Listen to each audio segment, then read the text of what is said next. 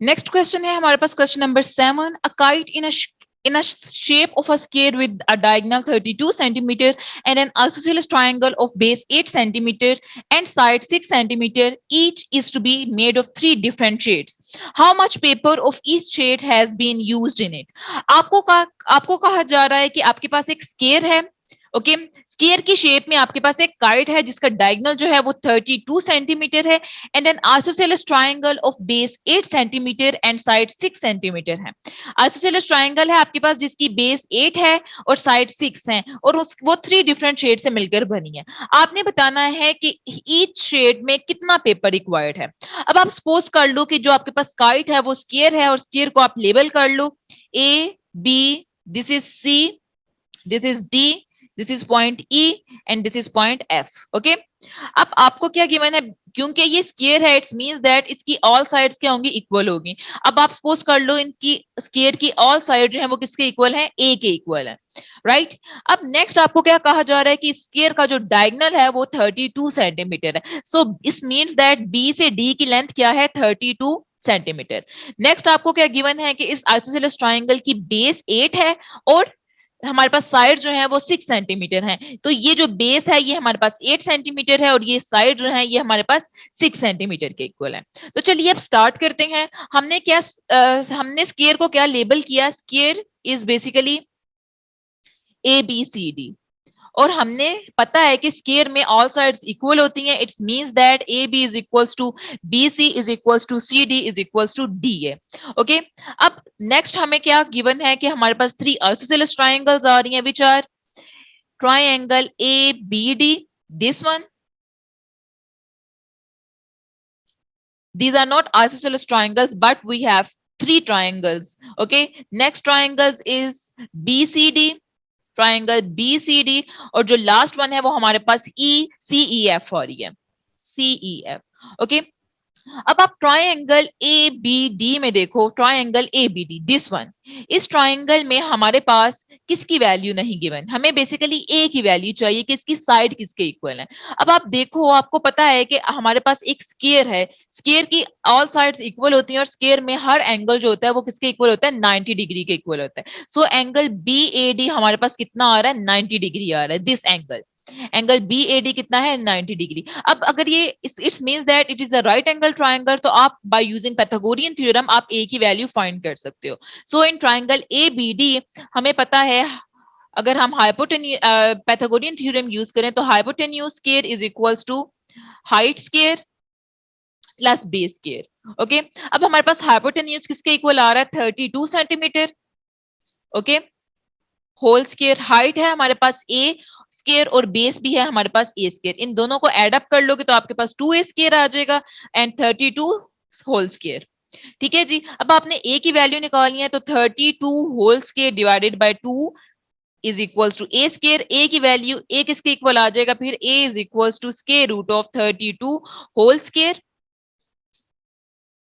Is equals to 2. अब आपने इस स्क्वायर को कैंसिल करना है तो आपके पास किसकी वैल्यू आ जाएगी, ए की वैल्यू आ जाएगी. राइट तो अब आप स्क्वायर लोगे 32 होल स्क्वायर इसका square then square root of 2 का होल स्क्वायर तो हमारे पास ये ए की वैल्यू आ जाएगी. सो ए हमारे पास किसके इक्वल आ जाएगा, ए हमारे पास आ जाएगा 512 सेंटीमीटर स्क्वायर. तो हमारे पास जो स्क्वायर थी उसकी एक साइड किसके इक्वल है, 512 सेंटीमीटर स्क्वायर. राइट अब नेक्स्ट आपको पता है कि area of triangle A B D किसके इक्वल होगा, area of triangle B C D. क्योंकि ये स्केयर है और स्केयर को हमने डिवाइड किया तो हमारे पास टू इक्वल ट्राइंगल्स आ गए, ए बी डी और B B C D. A B D का एरिया हमने कैलकुलेट कर लिया which is equals to the area of triangle B C D. Right अब आप नेक्स्ट क्या करोगे, area you can write area of triangle A B D is equals to area of triangle B C D which is equals to 1/2 area of square A B C D. ठीक है जी, now you can write area of shade 1 किसके equal होगा, area of shade 2 which is equals to 1/2. हमारे पास area of square किसके equal आ गया था, 512 के। ठीक है जी। नेक्स्ट आप क्या कर सकते हो, 512 को 2 पे डिवाइड कर दोगे तो आपके पास area of shade 1 is equal to area of shade 2 आ जाएगा। तो हमारे पास area of shade 1 is equals to area of shade 2 which is equals to 256 centimeter square, right? ये हमने कैलकुलेट कर लिया area of shade 1 and area of shade 2। Now you have to calculate the area of triangle CEF। Area of triangle CEF वो आप किस तरह calculate करोगे, आपके पास आप हेरन्स फार्मूला यूज करोगे क्योंकि आपके पास अब साइड्स आ गई हैं। ओके, तो आप सबसे पहले आपने क्या कैलकुलेट करना है, सेमी पेरीमीटर। सेमी पेरीमीटर अब हमारे पास ए किसके इक्वल है, ए है हमारे पास 6 सेंटीमीटर, बी है हमारे पास 8 सेंटीमीटर और सी है हमारे पास 6 सेंटीमीटर। अब आप बेसिकली किसका एरिया कैलकुलेट कर रहे हो, दिस ट्राइंगल का। Okay, is this one. तो हमारे पास s किसके इक्वल आ जाएगा, 6 + 8 + 6 डिवाइडेड बाय 2। s की वैल्यू हमारे पास आ जाएगी 10 सेंटीमीटर। s हमने कैलकुलेट कर लिया, हमारे पास तीनों साइड्स भी हैं तो आपने s - a, s - b, s - c calculate करना है और इसको आपस में मल्टीप्लाई करके आपके पास एरिया आ जाएगा।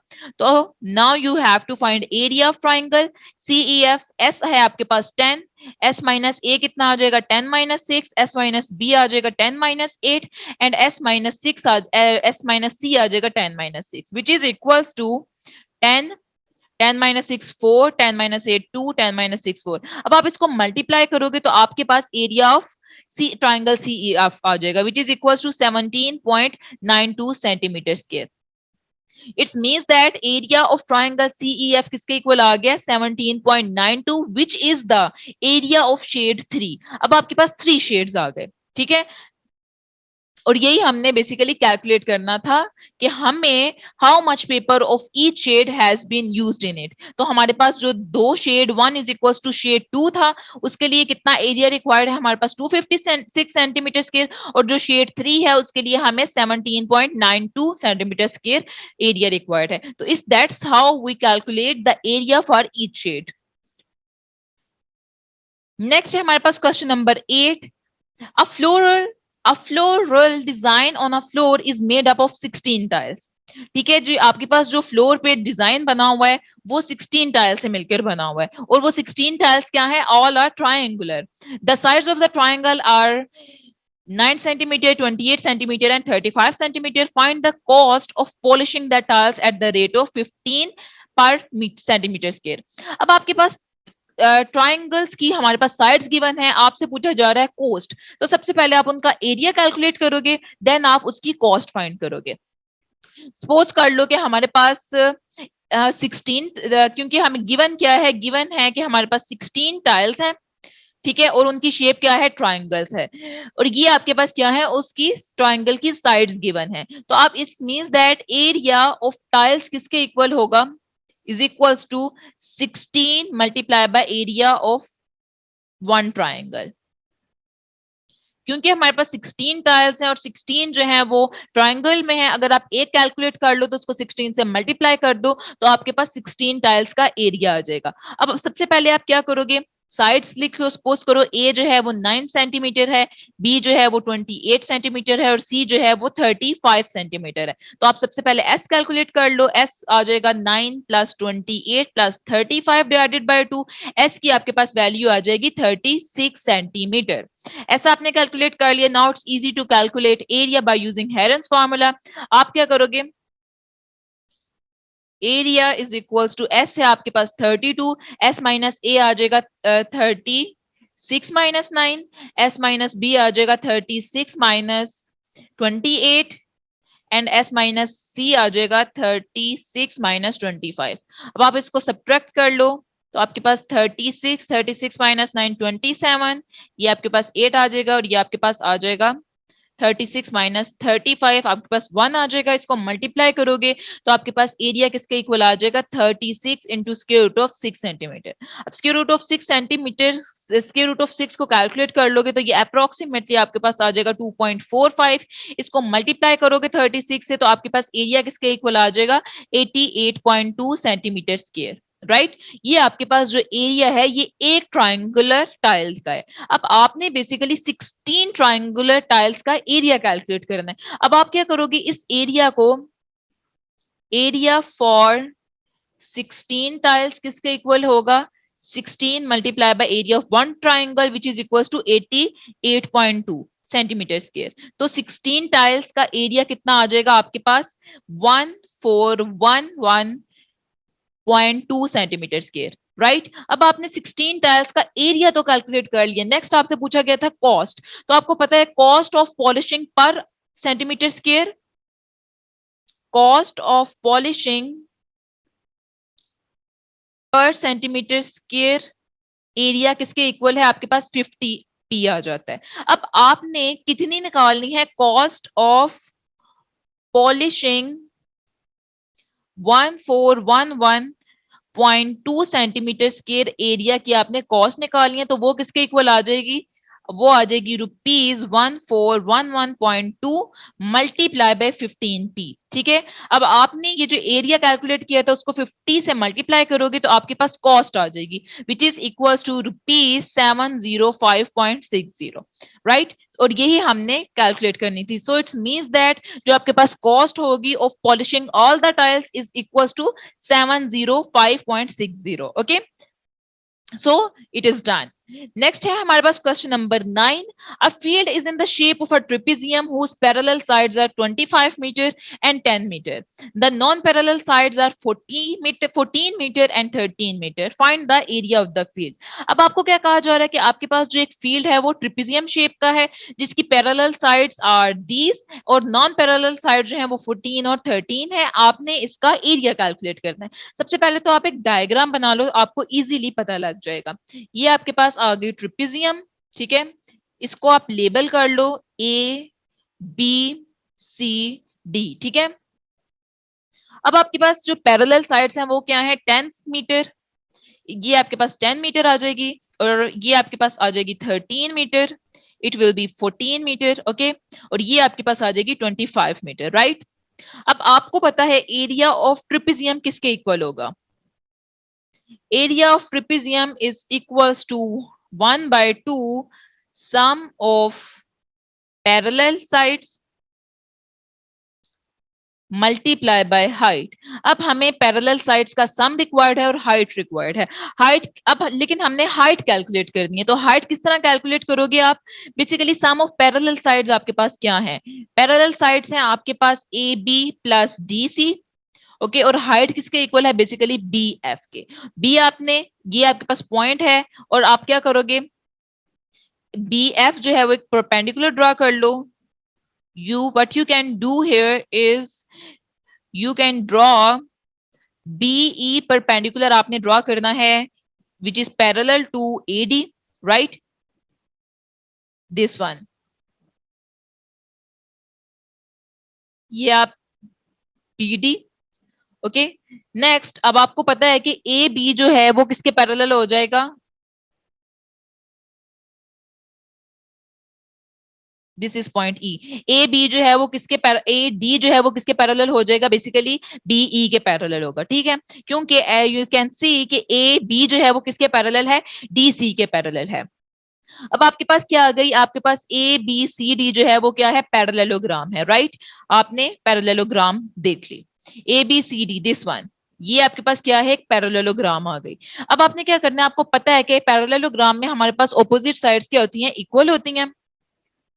ऑपोजिट साइड्स इक्वल होती हैं, इट्स मींस दैट बीई जो है, बीई किसके इक्वल किसके इक्वल आ जाएगा? एडी के, ठीक है। एडी आपके पास 13 सेंटीमीटर आ गया। सिमिलरली आपके पास ईडी जो है, दिस वन ईडी, ये किसके पैरेलल आ जाएगा? ये आपके पास आ जाएगा ए बी के पैरेलल आ जाएगा which is equal to 10 centimetre, okay. अब आपको पता है कि ई सी किसके इक्वल होगा? दिस वन ई सी। ई सी आपके पास है, here you have to write ये आपके पास 90 डिग्री का, ओके। ई सी आपके पास किसके इक्वल है? आपके पास आ जाएगा D C minus E D. D C है आपके पास 25, ई डी आपके पास 10 है, तो आपके पास ई सी की क्या वैल्यू आ गई? 15 मीटर आ गई। So finding the area of triangle B E C by Heron's formula. अब आपने इसका ट्राइंगल का एरिया जो है वो यूजिंग हेरेंस फार्मूला कैलकुलेट करना है, ओके। तो आपके पास एरिया ऑफ ट्राइंगल BEC किसके इक्वल आ जाएगा यूजिंग हेरन्स फार्मूला। सो आपके पास ए जो है वो 14 है, बी जो है वो 15 है और सी आपके पास 13 है। 13 डिवाइडेड बाय 2, एस आपके पास कितना आ जाएगा 21 मीटर। अब आपके पास एस आ गया। Now you can easily calculate area bye herons formula. Area किसके इक्वल आ जाएगा 21 एस, एस माइनस ए कितना है 21 माइनस 14, एस माइनस बी है 21 माइनस 15, एस माइनस सी है 21 माइनस 13। अब आपने एस इसको सॉल्व करोगे 21 माइनस 14 7 आ जाएगा। आपके पास 21 माइनस 15 8 आ जाएगा, 21 माइनस 13 आपके पास 6 आ जाएगा। ओके, इसका आपने स्क्वायर रूट ले लेना है। जब आप इसको सॉल्व करोगे तो आपके पास आ जाएगा 7 cross 4 cross 3। Okay, so area जो है वो आ जाएगा 84 मीटर स्क्वायर। राइट, ये आपके पास आ गया एरिया ऑफ ट्राइंगल BEC का फॉर्मूला। अब आपको पता है कि ए ट्राइंगल ABC की जो हाइट है वो क्या है, हाइट हमारे पास है BF और बेस है हमारे पास EC। ओके, अब आप क्या करोगे, हाइट और बेस को यूज करके आप एरिया कैलकुलेट कर लोगे। सो आपके पास एरिया ऑफ ट्रिपेजियम किसके इक्वल आ जाएगा, एरिया ऑफ ट्रिपेजियम आपके पास है 1/2 सम ऑफ पैरेलल साइड्स